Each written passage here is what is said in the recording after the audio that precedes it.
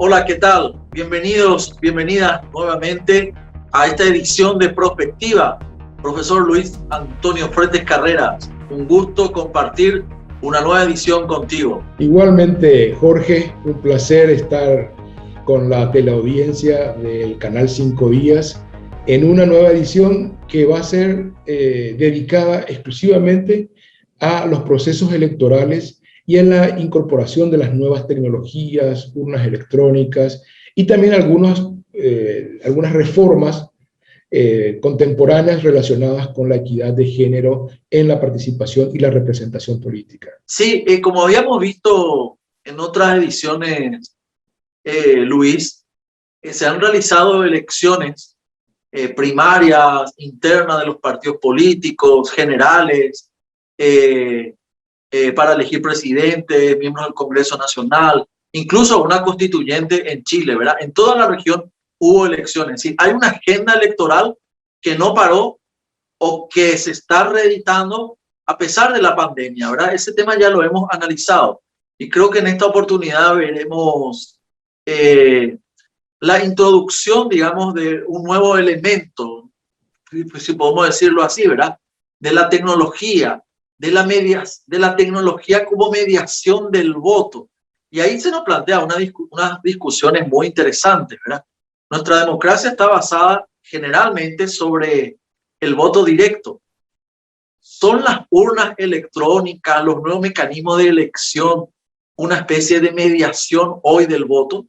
¿Le resta legitimidad o le restará legitimidad a eso? Grandes debates que se abren, ¿verdad?, en la región, profesor Luis. Sin duda alguna, Jorge, los procesos electorales que se están desarrollando desde el año pasado y que se van a proyectar hasta el próximo año, hacen que en estos actos electorales la mediación de las nuevas tecnologías sea muy importante, considerando la situación de encierro, de confinamiento, de restricciones para las reuniones políticas, para los mitines, para las campañas proselitistas, para entrar en la casa de las personas a poder presentar su propuesta, pero al mismo tiempo hay toda una organización y una estructura jurídica administrativa de los procesos electorales que se cambiaron antes de la pandemia pensando en mejorar la representación política al mismo tiempo de favorecer una mayor equidad de género en la representación y facilitar el voto sin fraude y con transparencia. Todo esto vamos a conversar en un diálogo muy amplio con la doctora María Inés Tula. Ella es una académica del Instituto Gino Germani, es profesora de la Universidad de Buenos Aires, y especialista en sistemas electorales, en procesos automáticos electorales, y tiene obras publicadas sobre la equidad, las reformas electorales en busca de la equidad de género en los procesos de representación.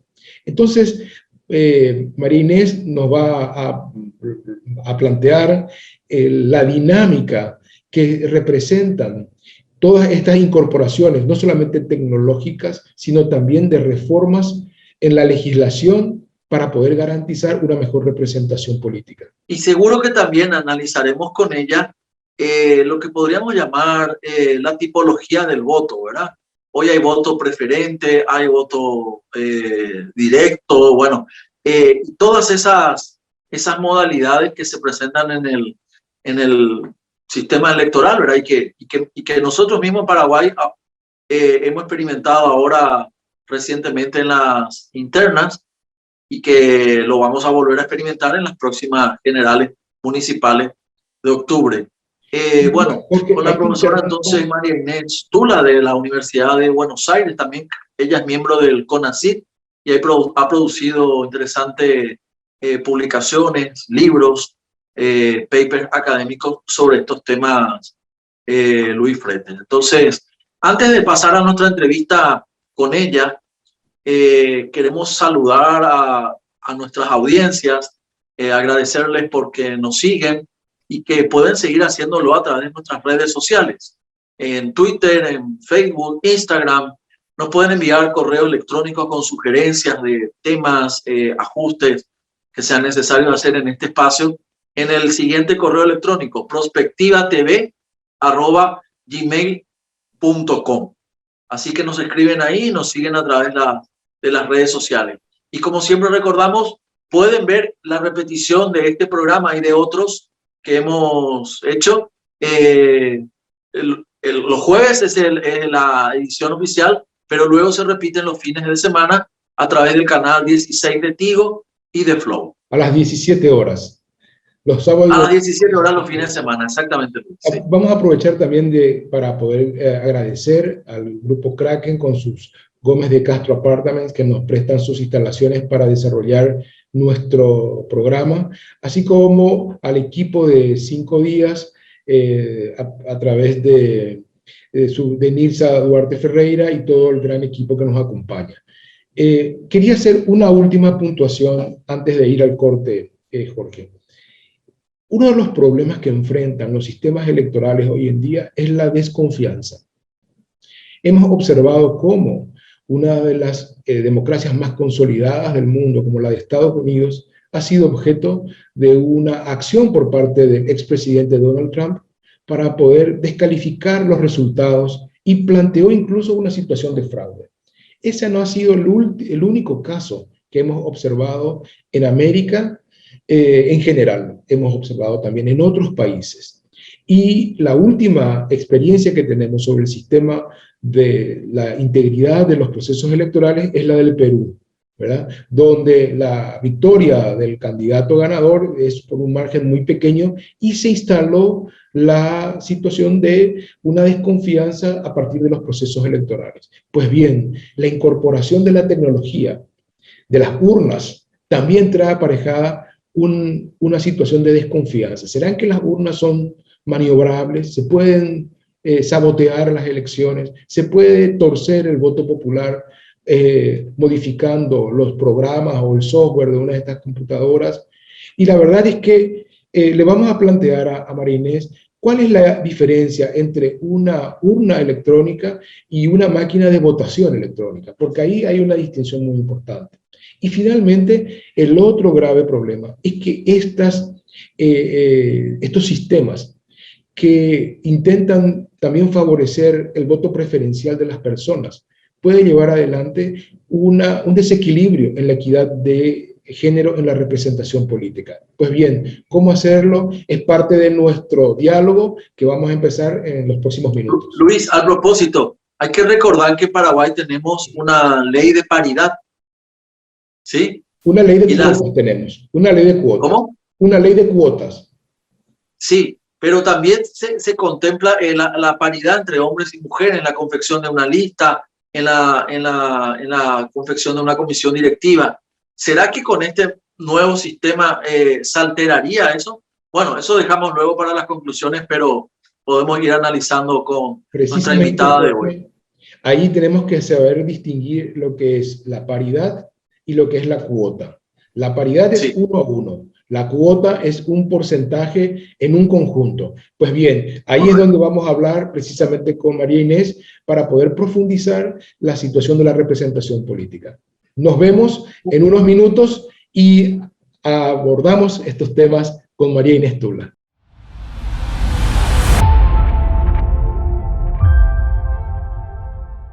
De regreso a este bloque nos encontramos con Inés Tula.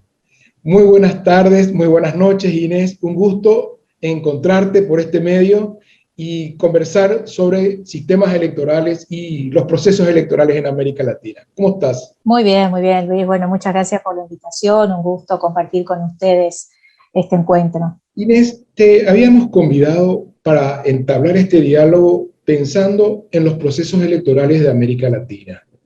Recientemente, en Paraguay se realizaron las sextas elecciones internas de partidos y organizaciones políticas. Y estas fueron elecciones internas simultáneas de partidos y al mismo tiempo utilizando un nuevo sistema de selección preferencial de votos con urnas electrónicas. Entonces, Inés, hablando de internas partidarias, ¿qué otros países han tenido internas partidarias en este periodo del año 2021? Bueno, recientemente las elecciones de Perú. Perú ha tenido en abril elecciones internas en los partidos, también satisfactoriamente, ¿no? Pensemos que 2020 y 2021 son contextos que denominamos contextos críticos para la política porque se desarrollan en un ambiente de pandemia, en donde participar en una elección estaría obligando a hacer todo lo contrario a lo que indica la pandemia, ¿no? Aislamiento social, prevenir, quedarse en la casa. Ir a una elección es todo lo contrario, es ir a participar, un hecho de masividad. Normalmente también es una fiesta cívica, por lo tanto nos invita a reunirnos con compañeros, con otros colegas, etc. Y en septiembre serán las próximas elecciones con primarias abiertas en la Argentina. En el caso del Perú, el sistema también ellos tuvieron sistemas de voto preferencial en sus elecciones internas. No fueron con voto preferente, son para las elecciones generales. En el caso de su selección de candidaturas, fue con listas cerradas y bloqueadas. Con listas cerradas y bloqueadas, sí. Muy bien. ¿Y Colombia tiene un caso interesante en esto, porque Colombia los partidos eligen cómo van a sus elecciones, si van con voto preferente o van con lista cerrada y bloqueada. Y en este caso, en el argentino, pero en el próximo caso argentino, las elecciones, ¿cómo serán? Las elecciones van a ser, se pospuso un mes las elecciones primarias, que normalmente siempre fueron en agosto y en octubre, y ahora se van a hacer en septiembre y en noviembre, ¿no? Las elecciones generales van a ser en noviembre. Nosotros tenemos desde el año 2009 una ley electoral que obliga a los partidos a ir a internas obligatoriamente, a todos simultáneamente, un mismo día, para todos por igual, ¿no? Y eso desde 2009 ha sido la regla y ha sido la constante, y la verdad que ha tenido un efecto muy importante respecto de lo que ordenó el sistema de partidos, ¿no? Simplifica la oferta el día de la elección general. Es decir, la verdadera campaña se da internamente en las primarias, y luego en las elecciones generales se tiene un piso que aquellas listas o aquellas fracciones que no superan el 1,5% de los votos no van a las elecciones generales. Por lo tanto, lo que hizo fue simplificar el formato de sistema de partidos en el día de la elección general. Y cuando hablamos de sistemas electorales, en este caso, lo que se está aplicando en las primarias o en las internas de los partidos políticos, históricamente se reclamó el voto directo de los afiliados o asociados a estas organizaciones políticas para garantizar la democratización interna y al mismo tiempo la legitimidad de la representación. ¿Cuáles son, a tu criterio, los requisitos necesarios para garantizar la legitimidad de esta representación? Ahí hay un tema, ¿no? Porque es cierto, como vos decís, que en esta tercera ola de la democracia que hablamos ahora en estos últimos 20, 30 años, los partidos han ido haciendo cambios en América Latina, y sin embargo sigue habiendo un panorama bastante amplio, ¿no? Algunos siguen eligiendo a sus candidatos de manera directa y otros de manera indirecta. Y eso me parece que está bien, porque cada partido, o los partidos o alianzas, tienen el derecho a elegir a sus candidatos como más les convenga, ¿no? En este caso, cuando estamos hablando de procesos o procedimientos indirectos, me parece que lo más importante, si comparamos a las elecciones indirectas con las directas, es que en el caso de las directas las elecciones son más sencillas, ¿no? La gente vota a los candidatos y estos son elegidos para que sean candidatos en una elección general. Cuando me refiero a que son sencillas, digo, es que gana el candidato que tiene más votos.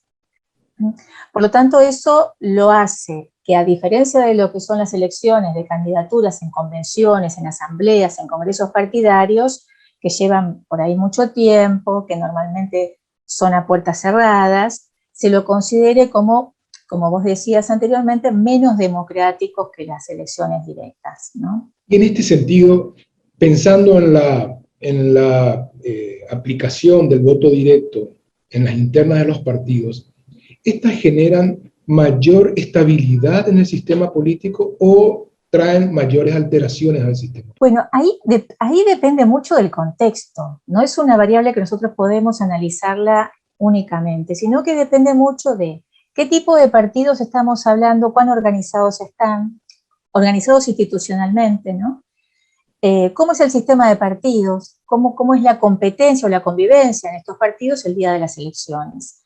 ¿Y por qué digo esto? Porque puede darse el caso que en una elección indirecta que se presenten varias listas, hay uno que gana, ¿sí? Y supongamos que se presentan 3 listas. Uno gana con el 30%. Y esto podría generar cierta presión si se piensa que hay un 60% del electorado que no lo eligió. ¿Mm? Entonces, no podría llegar a tener apoyo social de ese 60% del electorado que no lo eligió. Y también podría pasar que pueda tener mucha conexión con el electorado, ese candidato, y sin embargo poder tener ciertas, o no congeniar con las cúpulas del partido o con las directivas del partido. Por lo tanto, podría darse el caso que gane alguien que no tiene apoyo de la dirigencia política del partido. Esto también podría considerarse un problema, porque no solamente está la acción de la representación, sino también la acción de cómo se hace luego para gobernar con estas falencias, ¿no? Es decir, sin apoyo social y sin apoyo de la dirigencia del partido. Pero también es cierto que hay reglas institucionales que permiten o permitirían solucionar este escollo, este problema, poniendo pisos para que eso no ocurra, ¿no? Entonces los candidatos deben superar determinado piso para considerarse que tiene más apoyo social e incluso también poder legitimarlo frente a la dirigencia política en caso de ser un candidato que no es de la dirigencia, ¿no? Permíteme, entonces, en este caso, planteas que en los procesos internos partidarios se pueden establecer como un balotaje, es decir, exacto, sí, se plantea sí. Porque Sí, notablemente en nuestro sistema electoral se da en los últimos tiempos muchos casos que quien gana las elecciones internas de los partidos no cuenta con el apoyo formal de quienes ocupan los cargos institucionales, léanse senadores, diputados. Exacto, claro, sí. ¿Verdad? Entonces, ahí el planteamiento es cómo generar estabilidad en el sistema y cómo dar confiabilidad en la conducción de un determinado partido político. Exacto, tener legitimidad con el apoyo social, con un porcentaje alto que obligue a un piso que se puede acordar, ¿no? Políticamente, y por otro lado también que dé legitimidad frente a las estructuras propias del partido. En ese sentido, podría ser un caso, sí. Adicionalmente, es muy importante considerar que los procesos electorales no todos son iguales. Algunos son de carácter meramente interno partidarios y en otros están en juego candidaturas para cargos locales o cargos nacionales. En este caso, nosotros hemos tenido recientemente convocatoria de elecciones internas para elegir candidatos a intendentes y concejales municipales. El sistema del voto preferencial, yendo a esto, sí. ¿De qué manera ayuda a tener, por un lado, legitimidad democrática y por el otro lado, de qué manera ayuda a tener estabilidad en los futuros consejos o gobiernos municipales? Te digo esta pregunta luego de nuestra pausa y ahí retomamos nuevamente para avanzar en este extraordinario diálogo con Inés Tula, quien nos acompaña desde Buenos Aires en esta ocasión. Nos encontramos en unos minutos.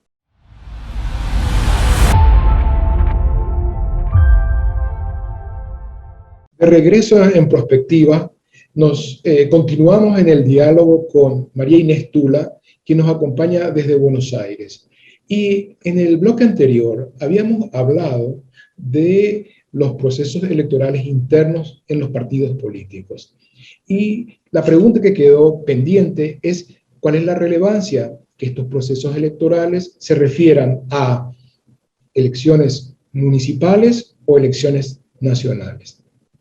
El voto preferencial, ¿de qué manera garantiza o influye, por un lado, la legitimidad de la representación democrática y, por el otro lado, la estabilidad de la gestión gubernamental? Sí, la introducción del voto preferente lo que hace es personalizar la política, ¿no? Es decir, a diferencia del voto con lista cerrada y bloqueada, que despersonaliza la política, porque uno vota a un partido con los candidatos que se eligieron, digamos, dentro de ese partido, y aquí uno tiene la posibilidad de alterar ese orden. Cada país también fue muy diferente en cuanto a cómo iniciar ese desbloqueo. Esto es, si ponemos un piso para el desbloqueo o por el contrario dejamos que sin piso se inicie ese desbloqueo y sea mucho más fácil alterar ese orden inicial que está dado por el partido. Y también cada país fue diferente en función de hasta cuántas preferencias se le da a los ciudadanos para que puedan elegir dentro de ese partido. Entonces, tiene límites, ¿no? Cada país establece, aparte de acuerdos, porque esto parte de una reforma política, cuáles son los límites que establece para poder personalizar más o menos a la política. Y en este caso, lo que me parece importante también destacar con el sistema de voto preferente es que primero la gente tiene que saber usarlo, ¿no? Por lo tanto, tiene que haber una campaña para mostrar cuáles son los efectos o los resultados del uso del voto preferente. Y para eso es importante también pensar que el voto preferencial, para que tenga algún tipo de impacto, tiene que ser organizado de alguna manera, ¿no? Porque son la suma de los votos preferentes de cada uno de nosotros los que generan un impacto en un determinado candidato. Por el contrario, si es disperso, lo más probable es que no genere el efecto que nosotros buscamos. Entonces, la relación ahora es, digamos, el candidato se ubica en un medio, ¿no? Porque antes dependía mucho del partido y ahora está en una relación media entre el partido y entre el electorado, que puede ponerlo en una situación más ventajosa respecto a que inicialmente le ha dado el partido, ¿no? En este caso, cuando hablamos de elecciones en el ámbito municipal, María Inés, aparentemente lo que caracteriza este tipo de elecciones es la cercanía de la dirigencia política con el ciudadano y con el tipo de demandas. ¿Crees que el sistema de voto preferencial va a cambiar el tipo de conducta del ciudadano en los procesos electorales? Todo depende de cómo se haga la campaña también, ¿no? Porque para ir a una elección con voto preferente, ahora también es una competencia interna entre los propios candidatos de la misma lista. Por lo tanto, se requieren de recursos y de cierta innovación para hacer la campaña política, porque yo tengo que diferenciarme de mi compañero. Si estoy en una situación ventajosa, por ejemplo, el partido me colocó primera o segunda, tengo que tratar de mantener ese lugar. Y si por el contrario estoy en los últimos lugares, tengo que tratar de lograr que me elijan a mí para poder avanzar y estar en los primeros, para ser más votada que el resto de mis compañeros. Por lo tanto, todo depende de cómo se organice la campaña electoral y con qué recursos se tiene individualmente para poder hacer esa campaña. Y en este sentido, perdón te interrumpa, en ese sentido hay una cuestión determinante que se ha acelerado con la pandemia y es la utilización de las redes sociales y de los sistemas de comunicación virtuales, ¿verdad? Sí, o WhatsApp también, con WhatsApp también. Sí, sin dudas, la pandemia lo que hizo es hacerle perder el miedo a la tecnología en estas cuestiones, ¿no? Nos hemos visto hasta dando clases en situaciones en que nosotros antes nunca lo hubiéramos hecho. Entonces, me parece que las elecciones también se fueron ayornando con la tecnología y el uso de las redes, ¿no? Y es una forma de hacer campaña que se llega muy lejos y no es tan costosa en términos económicos, si se quiere. En ese sentido, considerando los avances de la tecnología, una característica de estas elecciones en Paraguay fue que por primera vez se utilizó un sistema de urna electrónica, ¿verdad? Nosotros ya habíamos utilizado la urna mecánica en los años 90, fines de los años 90, precisamente en unas elecciones municipales. Ahora se utilizó un sistema que es el de la urna electrónica con testigo en papel. ¿Cuál es la experiencia en el Smart que se utiliza en Argentina también, en algunas provincias, ¿verdad? ¿Cuál es la experiencia en otros países de utilizar este sistema de urna electrónica? Bueno, a ver, a mí me parece que hay una diferencia que es importante, que las máquinas que usaron ustedes en Paraguay, que son las que se usan en Argentina a nivel subnacional en algunos distritos, incluso en la ciudad de Buenos Aires hubo una elección en 2015, no son estrictamente urnas electrónicas porque no almacenan los votos en las mismas máquinas, ¿no? Entonces, eso lo hace diferente a, por ejemplo, Brasil o la India, que utilizan máquinas que son urnas electrónicas, porque toda la información se almacena en la misma máquina. Y requiere de otros procesos y controles y auditorías, etcétera, porque, bueno, lo hace mucho más difícil durante la jornada electoral, si llegara a haber algún problema, poder cambiar la máquina, cosa que no sucede con la máquina esta que usaron ustedes de MSA, del grupo MSA, porque puede cambiarse la máquina sin tener problemas en el almacenamiento, porque se sigue depositando en una ánfora o en bolsas, etc. Entonces, el almacenamiento de los votos es físico. Exacto, exacto. Y lo importante que tiene es que respeta un estándar internacional, que es el de poder cotejar los votos digitales con los votos impresos, ¿no?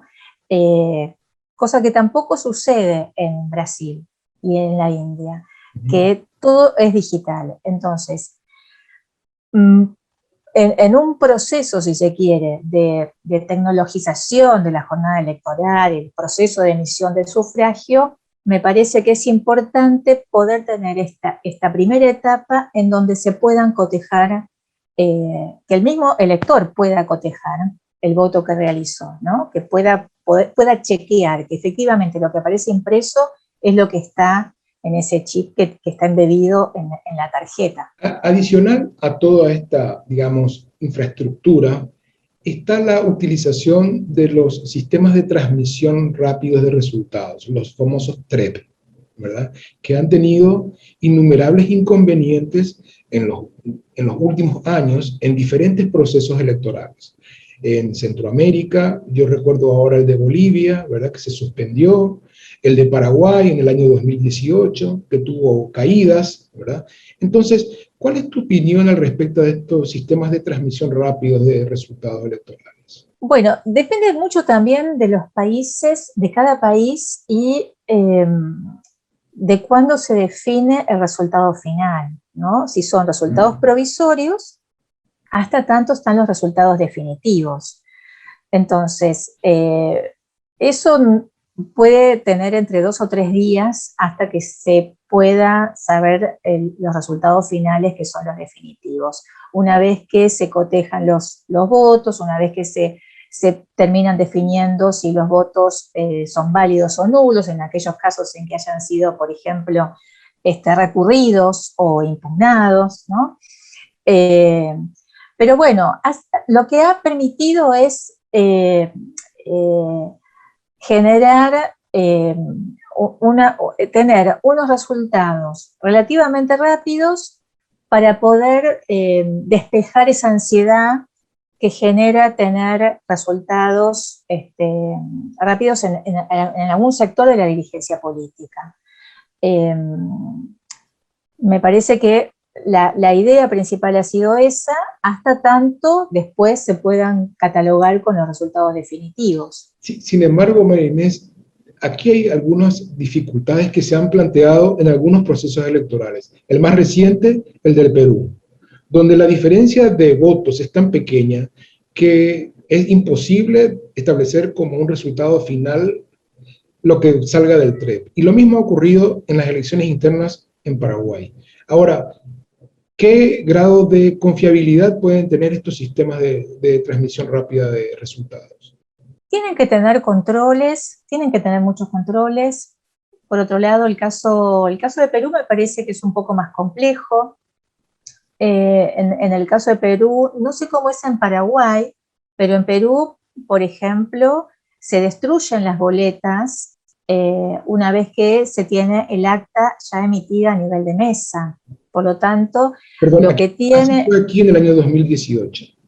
También, Así claro. fue. Lo que elaboró Perú posteriormente fue un sistema de control de 5 actas que puedan tener un nivel de trazabilidad, ¿no? Que puedan ser constatadas en diferentes momentos y a quienes son dirigidas en diferentes órganos que están vinculados en lo que implica ese proceso electoral puedan cotejarse. Y asimismo también tener mayor vinculación con los que son los personeros informáticos o fiscales informáticos dentro de los partidos, que son los que pueden tener un control durante la jornada electoral una vez que empiezan a estar los resultados de cada mesa. Para este proceso electoral, sin duda alguna, es de vital importancia la imparcialidad y la eficacia y eficiencia de los tribunales electorales, sin duda alguna. Y en ese contexto es que en todos nuestros países de América Latina han habido como dos tendencias. Y estas tendencias están asociadas, por un lado, a tener como autoridades electorales a representantes de partidos políticos, o bien impulsados por candidaturas por partidos políticos, y la otra, tener como jueces autónomos de los partidos políticos fuera del sistema de partidos políticos. Dejo esta pregunta para nuestro próximo bloque, y en el cual vamos a hablar también de otro aspecto muy importante, que es el de la incorporación o el del mejoramiento de la representación de grupos excluidos, y especialmente relacionados esto con la participación femenina y las cuotas electorales para garantizar su presencia. Nos vemos en el próximo bloque y conversamos sobre esto. En unos minutos regresamos.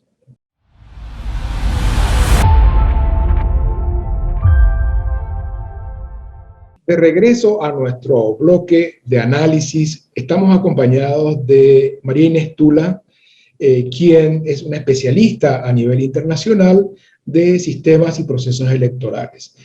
María Inés tiene muchas obras publicadas, algunas de ellas vinculadas específicamente a los procesos de mejora de la representación femenina en las listas y en los espacios de elección, así como también en las transformaciones de los sistemas electorales en América Latina. María Inés, te había dejado la pregunta en el bloque anterior de que en América Latina existen como dos tendencias. Por un lado, la de tener autoridades electorales designadas o impulsadas desde los partidos políticos, y por otro, de tener autoridades, digamos, ciudadanas, autónomas. ¿Cuál es la diferencia que encuentras en este contexto? Hay una tendencia que es la de con participación política, la integración de los tribunales o de los organismos electorales con partidos políticos con composición partidaria, salvo Argentina y Brasil, que la organización, la organización electoral básicamente está en manos de la justicia. Y luego hay algunos organismos que funcionan de manera más autónoma, con selección de sus presidentes o jefes, con un sistema como un concurso, ¿no? Pero a ver, me parece que en aquellos casos que lo que más prima, que es en los casos en donde hay composición partidaria, la premisa que viene guiando es la de composición partidaria con control mutuo, ¿no? La idea es que al haber integración con diversos partidos políticos, hay mayores posibilidades de control horizontal entre esos partidos. Entonces, esto haría que las elecciones, por un lado, tengan legitimidad y por otro lado también ayudaría a evitar el efecto de la cancha inclinada, como se dice a veces con las elecciones, cuando el peso de la organización, evitar que el peso de la organización beneficie a un determinado partido político. En general es así. Volviendo ahora a un tema que es de tu especial área de investigación, que es el de la subrepresentación femenina en las listas. Sin duda ha habido un gran debate y un gran trabajo para reformar la legislación electoral en todos los países de América Latina. Sin embargo, en este proceso de incorporar también mecanismos, digamos, más abiertos en los procesos de selección de candidatos, como este tema de el voto preferencial, ¿cómo se compagina eso con el hecho de tener cuotas paritarias en las listas a ser votadas en las elecciones? A ver, por un lado están las cuotas, que son porcentajes mínimos de representación. Y por otro lado está la paridad, que son porcentajes equivalentes en la representación, ¿no? Por un lado estamos hablando de menos del 50% y del otro lado estamos hablando del 50%. En los 90, América Latina empezó a incorporar cuotas legales, porcentajes mínimos de representación que varió de país en país. Ahora la tendencia es la aplicación de la paridad, ¿no? Ya son 6, 7 países en América Latina que tienen paridad para los legisladores nacionales. Pero un caso me parece interesante para ver es cómo funcionó la convención constituyente para Chile, porque Chile también tiene voto preferente. Y ahí lo que se hizo fue pensar no paridad solamente en las listas, ¿sí? No porcentajes equitativos de mujeres y varones en las listas, sino que fuera una paridad de resultados. Entonces, a ese 50% de composición final de la convención constituyente, eran elegidos en función de los votos que obtenían individualmente cada uno, entraban los varones más votados y las mujeres más votadas. Entonces, pudo congeniar la paridad con un tipo de voto preferente. O sea, en el fondo, para poder orientarnos hacia una paridad en el proceso político electoral, tenemos que plantearnos los resultados antes que el proceso de selección solamente. En el caso de Chile, justamente porque lo que se conoce es mucho más difícil garantizar el acceso de las mujeres. ¿Por qué? Porque históricamente son las que menos tradición en política han tenido y no podemos considerar que son grupos iguales con los varones o con los hombres. Entonces, en un contexto de desventaja, la preferencia también actúa negativamente, porque por todo lo que decíamos anteriormente, porque se necesitan determinados recursos para poder competir individualmente y se requiere también de cierta organización. Entonces me pareció que fue muy importante, muy interesante el modelo que eligieron para poder compatibilizar ambos. En el resto de América Latina lo que existe es la paridad en la oferta electoral, ¿no? en las listas electorales. Y esto es lo que también se trata de mirar en cómo están conformadas esas listas, quiénes son los que encabezan, para lograr mejores resultados, básicamente. Y finalmente, me gustaría pensar en el futuro de los cambios y de las reformas al sistema electoral para poder perfeccionar la convivencia democrática. Una de las cosas que estamos observando es de qué manera, en forma acelerada, se realizan las transformaciones tecnológicas y de qué manera estas transformaciones tecnológicas están afectando nuestra vida, nuestra convivencia, nuestras relaciones políticas, estos procesos electorales, etc. Ahora bien, ¿cuáles crees que deben ser los valores claves a mantenerse en estos procesos electorales intermediados por la tecnología? Valores claves. Valores democráticos, hablando de la democracia. La transparencia me parece que es fundamental, porque, digamos, ¿cuáles son las premisas en las elecciones? Una premisa en una elección, que es tener un proceso regulado y resultados inciertos. Uno no debe saber de antemano cuál va a ser el resultado de una elección. Por lo tanto, tener una elección, administrar una elección, es administrar la desconfianza, ¿no? Es el lugar de los tribunales electorales o de quienes organizan las elecciones es administrar la desconfianza. Por lo tanto, la transparencia es fundamental. Y eso se garantiza pudiendo tener instancias de control y fiscalización por parte de los partidos políticos, por parte también pueden ser de organizaciones de la sociedad civil que puedan tener acceso a diferentes instancias. Entonces me parece que la transparencia es fundamental. Es un valor que lo que genera es más legitimidad y luego resultados que no puedan ser cuestionados cuando todo el mundo fue parte de ese proceso de control y de fiscalización. Definitivamente, pensando en esta, digamos, transformación de los sistemas políticos electorales, hay una gran influencia de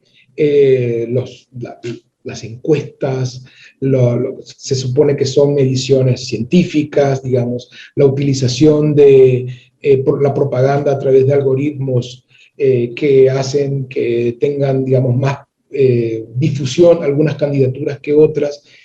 ¿Ahí no te parece que hay como un elemento como para trabajar en el futuro para garantizar niveles de competitividad adecuados? Sí, hay que regular las encuestas. Bueno, las encuestas en boca de urna en algunos países, eso ya fue, digamos, limitado durante la jornada electoral, ¿no? Es decir, evitar las encuestas en boca de urna porque podían generar algún tipo de manipulación respecto de la gente que todavía no había terminado de ir a votar. Entonces ya se generaba como un efecto vencedor de algunos candidatos o de algunos partidos políticos que no estaba bien que se hiciera mientras durara el proceso electoral. Pero definitivamente requiere de mucha regulación, requiere de control, porque hay muchas encuestas que son tendenciosas, es decir, que son usadas simplemente para mostrar un efecto vencedor, un efecto victorioso de algunos partidos políticos y de algunos candidatos, y lo que hacen es, más que difundir la situación, es confundir, ¿no?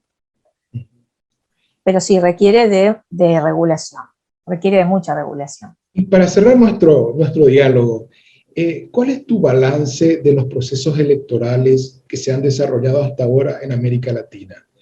¿Crees que la democracia está consolidándose, resistiendo, o están en ese proceso que algunos dicen como desmoronándose poco a poco y caminamos hacia el autoritarismo? Hay autores que señalan que, lógicamente, que una elección no hace a la democracia, ¿no? Es decir, la democracia es un proceso mucho más amplio que involucra un Estado de Derecho, y las elecciones es una herramienta dentro de lo que es la democracia en sí. Pero también hay autores que dicen, bueno, pero tenemos que empezar a ver que no son cualquier tipo de elección, que las elecciones también tienen que tener determinados estándares, ¿sí? Para que nosotros podamos decir, bueno, son elecciones limpias, transparentes, y que puedan tener legitimidad y resultados que no puedan ser cuestionados. Y me parece que hay que avanzar en esa dirección, es decir, cuáles son los estándares que tenemos para decir que tenemos elecciones limpias y transparentes. Y sobre eso los ejemplos que se han puesto sobre las últimas elecciones en América Latina me parece que son importantísimos para empezar a pensar, ¿no? Que los estándares tienen que ser todos cumplidos en las elecciones, ¿no? Es decir, no es que cumpliendo algunos tengo más o menos elecciones limpias, no, las elecciones son o limpias o no limpias, pero la dicotomía tiene que ser esa, no, si cumplo con algunas cosas, funciona más o mejor, no, tiene que funcionar todo en su conjunto. Me parece que hay que trabajar en esa dirección, ¿no? Bueno, muchísimas gracias, María Inés. Fue un enorme gusto volver a conversar. Espero que pueda ser en una próxima visita tuya a Asunción. La última vez que nos encontramos fue en el año 2019, en septiembre de 2019. Septiembre de 2019. Bueno, ¿cómo pasa el tiempo? Sí, sí, sí. Acordate que el año 2020 fue prácticamente un paréntesis. No existió, sí. Muy bien, muchísimas gracias. Bueno, un gusto, Luis. Vamos muchas gracias por la invitación. Nuevamente en otro momento, y agradecemos muchísimo tu predisposición para acompañarnos y al mismo tiempo de compartir tu experiencia y tus conocimientos. Desde Prospectiva, damos muchísimos los agradecimientos a María Inés Tula. Y nos encontramos en el próximo bloque para hacer nuestros análisis finales con el profesor Jorge García Riat. Volvemos en unos minutos.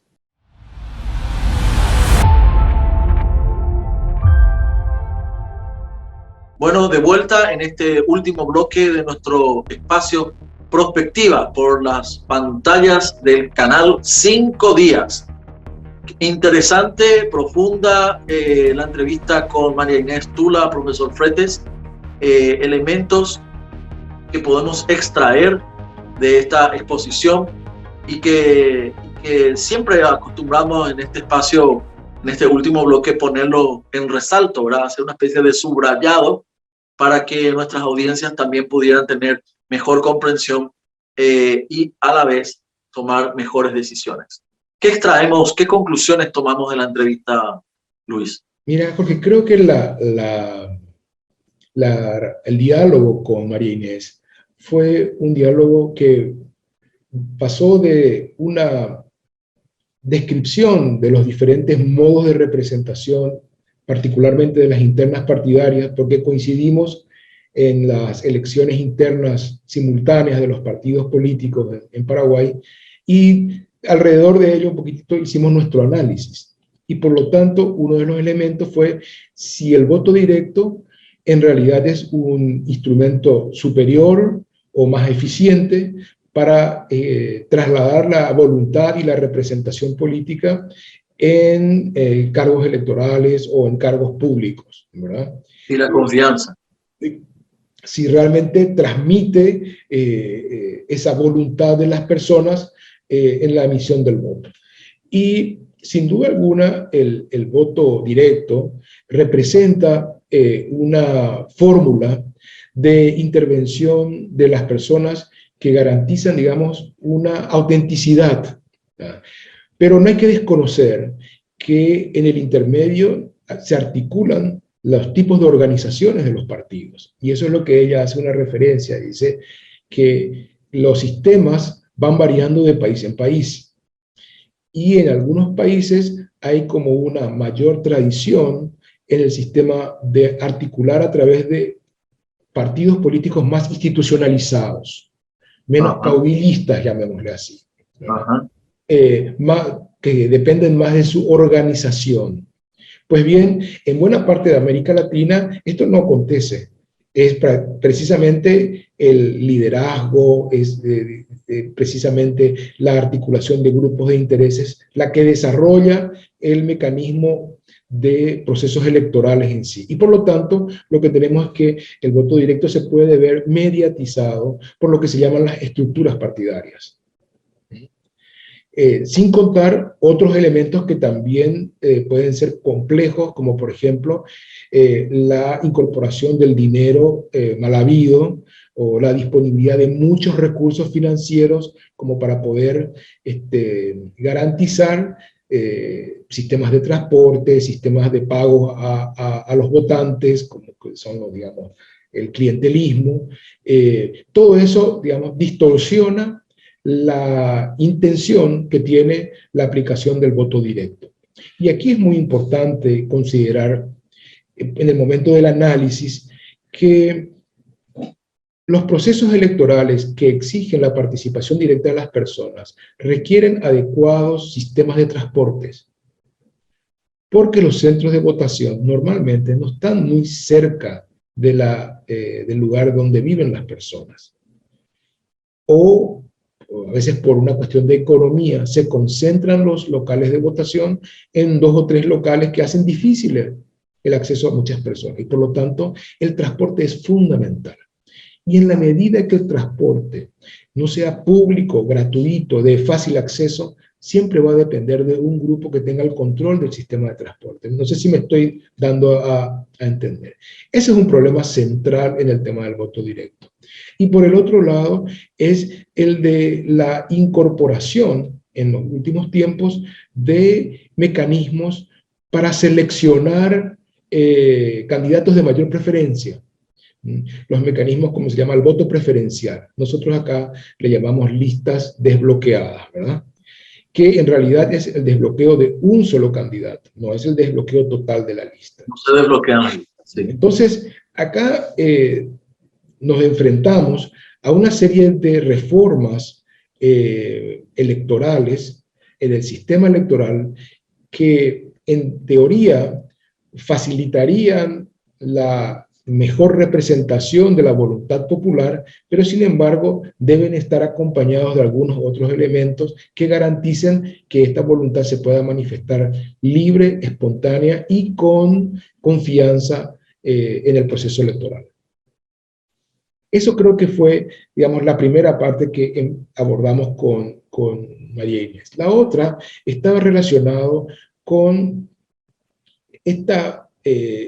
estos procesos electorales que se están desarrollando en América Latina con una manera muy intensa, y donde aparecen 2 elementos como que podrían ser avances, pero al mismo tiempo entran en colisión. Y esto se refiere primero a la utilización de las nuevas tecnologías.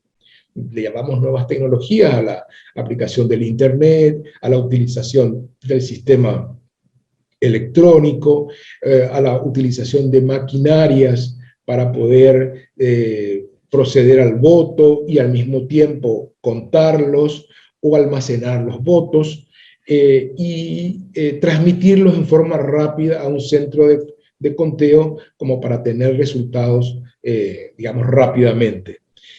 Y por el otro lado, la dificultad para garantizar la representación de grupos históricamente marginados o históricamente subrepresentados, como es el caso del colectivo femenino, que a través de la historia ha ido paulatinamente incorporándose a los procesos electorales, pero que hasta la fecha en muchos países no existe una equidad, digamos, una paridad en la integración de no solamente las listas, sino una integración paritaria en la representación política. La perspectiva es lo que importa, ¿verdad?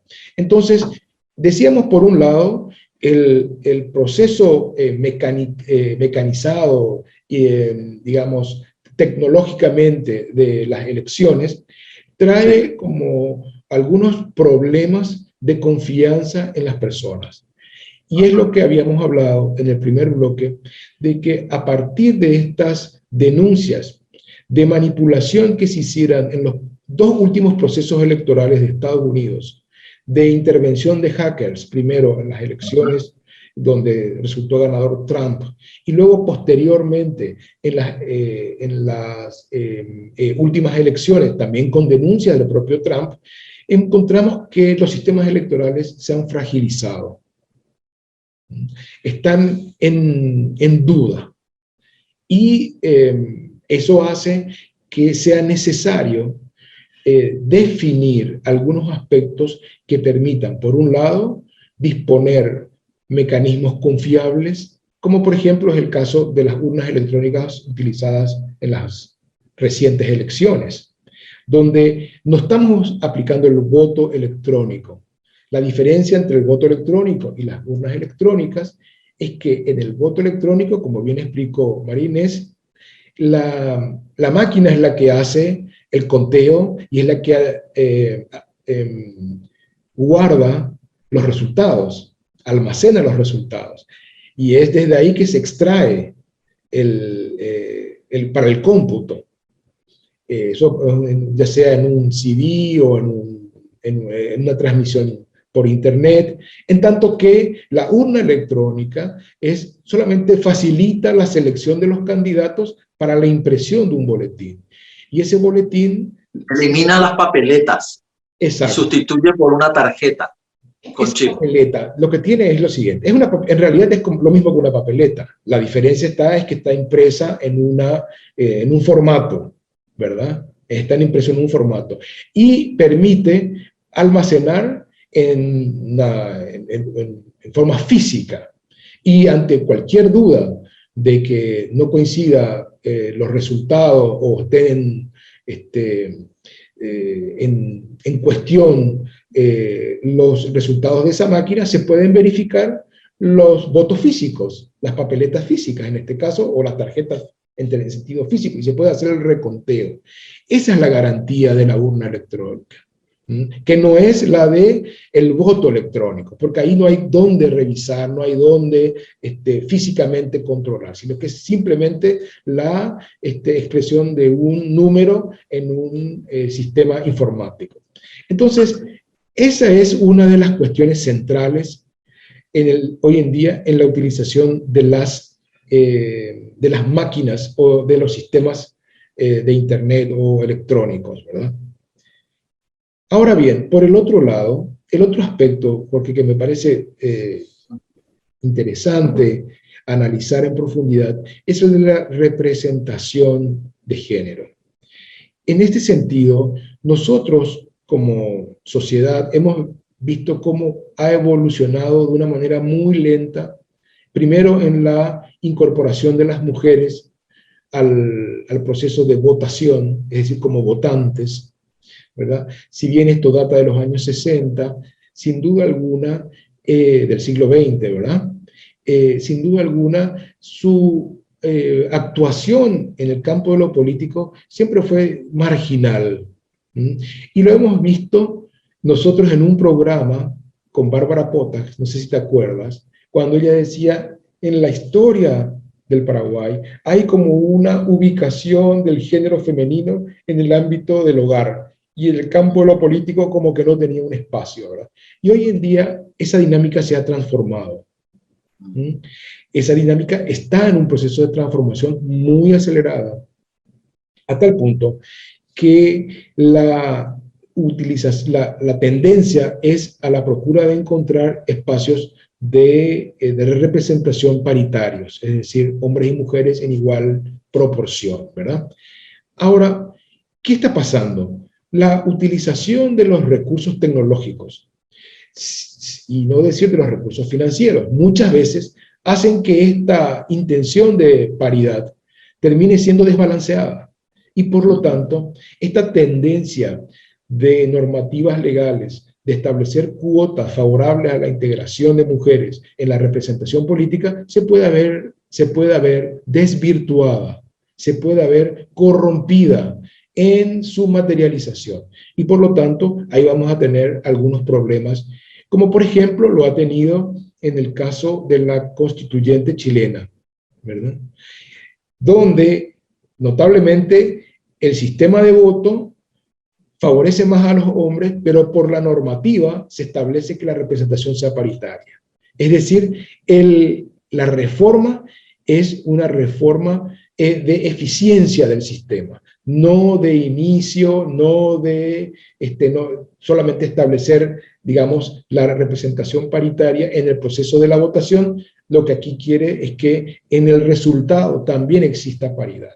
Y esa me parece que es la tendencia que se encuentra a nivel global, ¿verdad? Y por lo tanto, es a partir de ahí que nosotros, cuando hagamos nuestro análisis de prospectiva, tenemos que imaginar una sociedad política en igualdad de condiciones entre hombres y mujeres. Precisamente, Luis, por todo lo que dijiste, por todo lo que se expuso, ¿verdad?, en la entrevista con María Inés Tula, a mi modo de ver, hay como todavía, ¿verdad?, una transición entre una cultura política determinada, vamos a llamarle tradicional, ¿verdad?, que tiene mayor confianza en la papeleta, en el voto más directo, el de cara a cara, el del contacto con su candidato, hacia un sistema de participación, de campañas electorales, de votación, donde la tecnología media se pone en el medio, ¿verdad? Mediatiza todos esos procesos, y que hacen que, bueno, así como en otras áreas de la economía, la educación y la salud, la tecnología sea central. Mi pregunta en este sentido, Luis, y para ayudarle también a nuestras audiencias a pensar es, ¿esto mejorará cuantitativamente la participación? Es decir, ¿más personas podrán involucrarse en el proceso electoral? ¿Tendremos más altos índices de participación? Y también la otra, ¿ayudará a cualificar nuestra democracia participativa? ¿Cómo vos lo ves, Luis? Creo que las preguntas son claves en este contexto de revisión de los sistemas políticos. Y digo claves en relación a la transformación de los sistemas políticos porque tengo la impresión que la pandemia ha llevado a revisar la eficacia de los órganos de gobierno. Hay una, digamos, tendencia en los medios de comunicación de carácter internacional en presentar como modelos exitosos para enfrentar la pandemia aquellos países que estaban gobernados por mujeres. Bueno, y el caso más, digamos, más conocido es de la primera ministra de Nueva Zelanda, que se ha convertido en una figura de carácter global, o también Angela Merkel en Alemania, ¿verdad? Ahora bien, el tema es que los sistemas electorales, tal como lo estamos practicando hoy en día, tienen diversas, digamos, escalas, estándares, en el siguiente sentido. En una democracia imperfecta como la nuestra, con muchísimos problemas de eficiencia en la representación, hace que mucha gente no quiera participar de los procesos electorales, por más que se le ponga transporte gratuito, máquinas o urnas electrónicas, o se le facilite el voto desde la casa. Eso no va, yo creo que eso no va a cambiar en términos cuantitativos, es decir, en la cantidad de personas que participen en los procesos electorales. ¿Por qué? Porque el problema que se observa es el de la desafección de las personas a la disputa política, porque la disputa política no se ve trasladada en los resultados gubernativos. ¿Qué significa esto? Que las campañas electorales prometen algunas acciones de gobierno. Los candidatos y las candidatas se comprometen a gestionar de una determinada forma el Estado o la municipalidad en este caso, pero que al momento de llegar a la administración se transforman y se convierten en otra cosa. Y por lo tanto, cuando esto se repite en forma sistemática, y nosotros tenemos el caso más de 30 años de procesos electorales, donde vemos que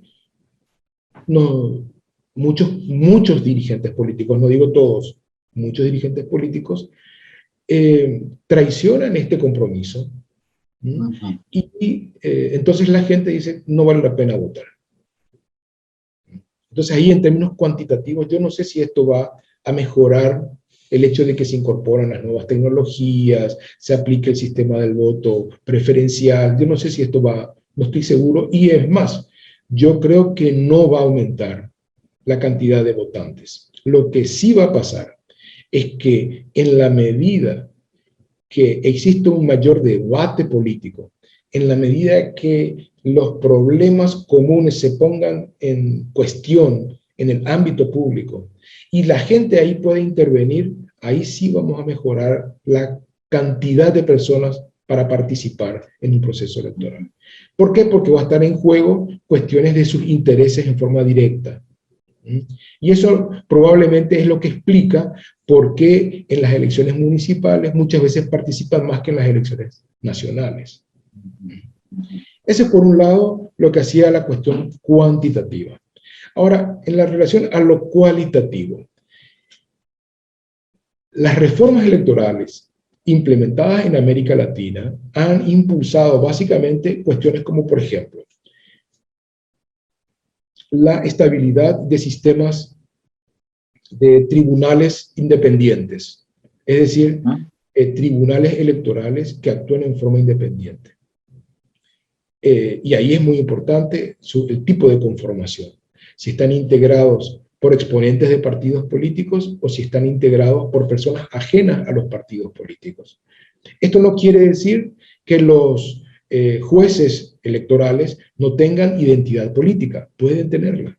El problema es que estén asociados o vinculados directamente a intereses de grupos o de partidos políticos. Eso es grave.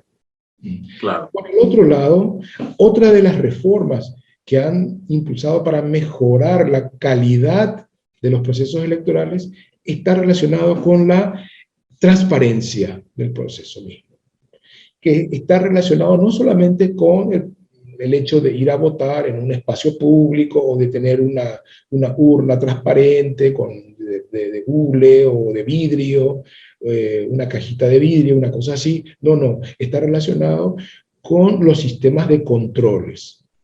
Controles en el sistema de padrón, controles en el sistema de participación, porque a veces votan hasta los muertos, controles en el sistema de escrutinio, y de trasladar ese escrutinio, esa votación, en un resultado que sea fidedigno de la voluntad de las personas. Esa es la transparencia de la cual se habla. El tercer elemento que me parece importante es el de la libre competencia. Yo no digo igualdad de competencias, porque no existe la igualdad en el proceso electoral. Cada uno tiene, digamos, atributos que le diferencian al otro. Pero por lo menos, cuando hay libertad de competencias, hay un piso en el cual todos son iguales. Hay desde una base desde la cual son todos iguales. Cuando hay un candidato que tiene mayor y tiene la posibilidad de invertir mayores recursos de dinero en la propaganda, lo que hace es ocultar la candidatura del otro.